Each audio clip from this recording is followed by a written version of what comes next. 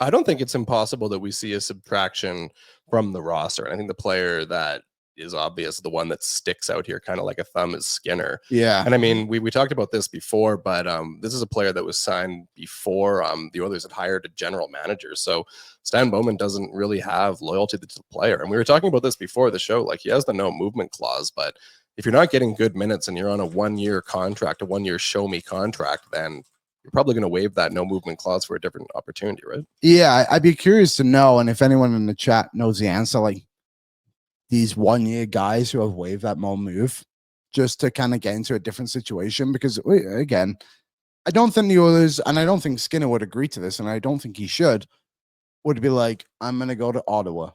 Oh, it's got to be a situation where it's got to be a good one. It's got to be an upgrade, right? And all just like a linear move for him, you know, like get him to another playoff team where you can go and like we just try get middle 6 minutes somewhere. Yeah, just somewhere where he has a better opportunity. I don't know. I don't think it's going to happen. I think we have a better chance of Skinner actually finding his groove again and getting going. I actually thought he was okay over the weekend. I thought he played fine. And maybe this is that kind of break, and maybe we shouldn't be so harsh on him in this moment, I guess, and like give him this little bit of a stretch after coming out this weird bye week they had.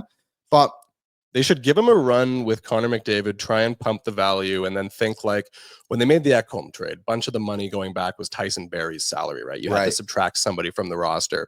If you can pump Jeff Skinner's value up and move him in the trade, and that's where you bring back the $5 million guy, maybe that's just how it gets done. I don't think it's a throw Jeff Skinner on waivers or throw him away for a 12th round pick, but I think you try and make him that Tyson Barrie in the Ekholm trade. Do you know who else could be your Tyson Barrie if Kapanen finds a rhythm? That's true. No, Victor Arvidsson. Oh, that's interesting. He has no protection. $4 million for next 2 years. Next year. I don't want to push these guys out of town by any means, but like you get to a point, it's like, okay, we can get player A, but we have to shed minimum of $3 million. And Kapanen's working or Brown's working, one of the two. It's like, maybe that's oh, there you go. Tyler Mulick. We're agreeing. I would move Arvidsson before Skinner. I think I might too. Both possibilities, yeah, because you want to get that. You might want to get out from underneath that for next offseason. Yeah, and I mean, he's an affordable contract to move, isn't he? It's not too difficult. So I guess the final answer, we'll go through it, Aaron, if you can pull up the lines. First line, everyone's healthy. Are you going back to Nuge, McDavid, Hyman? I think so, yeah. Okay. Yep. Second line, Podkolzin, Draisaitl, Arvidsson. I think I would stick Brown just for a little bit if everyone's healthy. Then I would go Skinner, Henrique. Kane? I'm going to assume Kane is not healthy. So this is in like a December lineup with Hyman and Arvidsson. Let's say game after Christmas, everyone's healthy. So I think that's Anaheim on the 28th or LA, whatever it is. Then I would go, I think you kind of got to keep Janmark there. And then do you start Arvidsson on the fourth line? I think that's what I would do.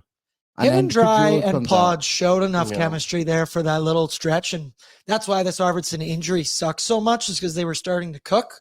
But I did like what I was seeing. But once again, they were cooking wise, but it applied to everyone on the team. They weren't really producing all that much, actually, on the score sheet.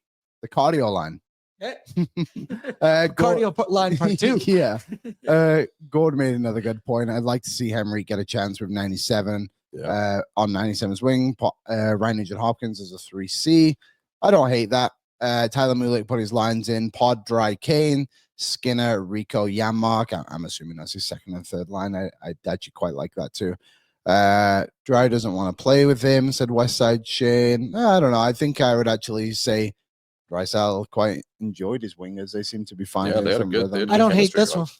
Brian, McDavid, Hyman, Skinner, Dry, Pods, Arvidsson, Nuge, Henrique, Brown. So did he spell his name wrong? Janmark, Kapanen, Barrie. Janmark is the C on that line, I assume, yeah. You could too, and I worry about the McDavid, Hyman, Skinner line defensively. There wouldn't be any. You would hope they would score 3 goals a night. Yeah, they have to be on the defensive pairing on with them has to be really ready to play defense. They really, really do. So and we all know what that defensive pairing is going to be. And one of them is typically unprepared to play defense in most situations. Brian put himself on the third line. That is very funny. Okay, let's go.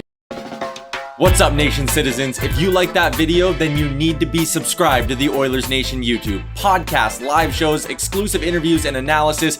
Everything you need from your favorite voices at Oilers Nation. And you don't want to miss any of it, so hammer that subscribe button.